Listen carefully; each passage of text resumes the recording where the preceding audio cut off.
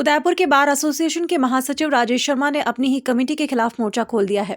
इसी को लेकर आज वे धरने पर बैठ गए। राजेश शर्मा ने बार एसोसिएशन के अध्यक्ष भरत जोशी पर आरोप लगाते हुए कहा कि उन्होंने एडवोकेट के चैम्बर बनाने के नाम से 511 अधिवक्ताओं से 1,000 रुपए ले लिए, लेकिन अभी तक कोई काम नहीं हुआ है।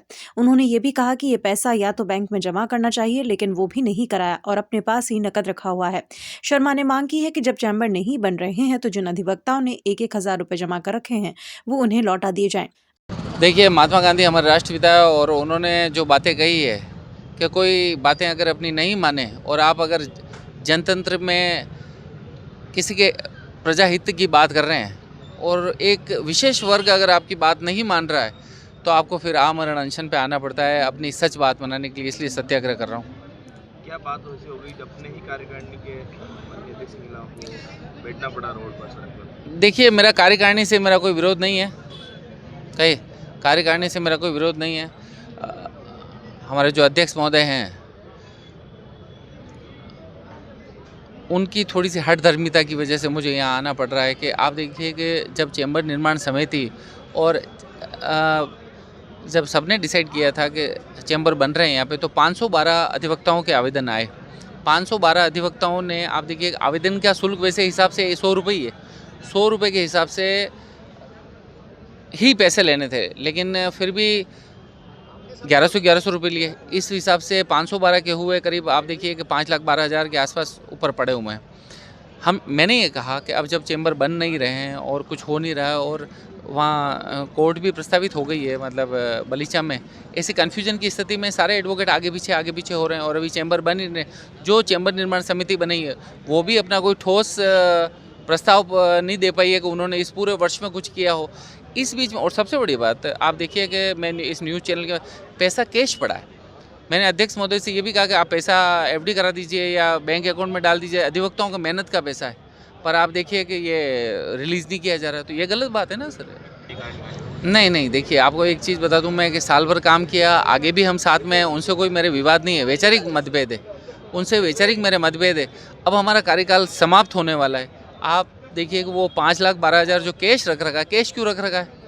दूसरी बात, पैसा रिलीज़ करने में कहाँ दिक्कत आ रही है? अधिवक्ताओं का पैसा है, अधिवक्ताओं को मिल जाए 1,000 रुपये दे दें। और बहुत सारे अधिवक्ताओं की ये मांग है कि भाई चैम्बर बन नहीं रहे तो 1,000 रुपये हमें वापस दे दीजिए।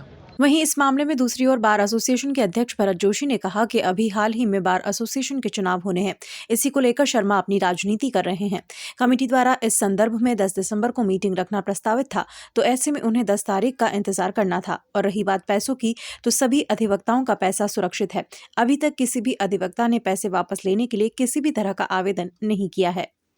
हड़ताल पे तो हमारे कार्यकारिणी का जनरल सेक्रेटरी ही बैठे हैं, सत्याग्रह कर रहे हैं। मैं उनको साधुवाद देता हूं कि वो बैठे रहे, पहली बात। दूसरी बात, हमारे यहाँ जो चैम्बर बन रहे हैं उसके अंदर विघ्नता कैसे डाली जाए, उसका माहौल कैसे करें, उसको राजनीतिकरण कैसे दे, द्वेषतापूर्ण वो बैठे हैं।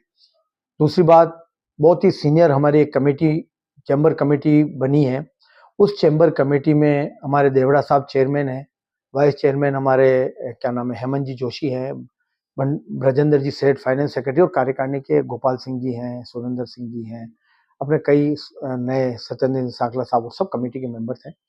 उन लोगों ने और कार्यकारिणी की एक जॉइंट मीटिंग करके हमने 100 रुपये फॉर्म के, जो हाई कोर्ट के इंस्ट्रक्शन थे, और 1,000 रुपये हम अपनी तरफ से ले रहे थे, ये कह के कि कुछ एक्सपेंसेस करने पड़ते हैं स्ट्रक्चर बनाने के लिए, बिल्डिंग के नक्शे बनाने के लिए, उसके लिए हमने पैसा लिया। क्योंकि बाहर वो पैसा नहीं दे सकती, वो कमेटी है। क्योंकि अगर किसी को आर्किटेक्ट को बुलाना पड़ेगा और उसको पैसा देना पड़ेंगे तो देंगे कहाँ से? अभी हम कहाँ से देंगे ये पैसा? बाहर तो देने से नहीं देंगे, तो चैम्बर के वहाँ से जिसका काम है वही करेगा। तो हमने सिर्फ एडवांस 1,000 हमने सबसे लिए। उसमें हमने नक्शा बनाया, पूरी बिल्डिंग का नक्शा बनाया, जिसके अंदर है ना 5 फ्लोर की बिल्डिंग है, लिफ्ट है, 2 बाथरूम है हर जगह, ऊपर सोलर प्लांट है, नीचे डीजी सेट है।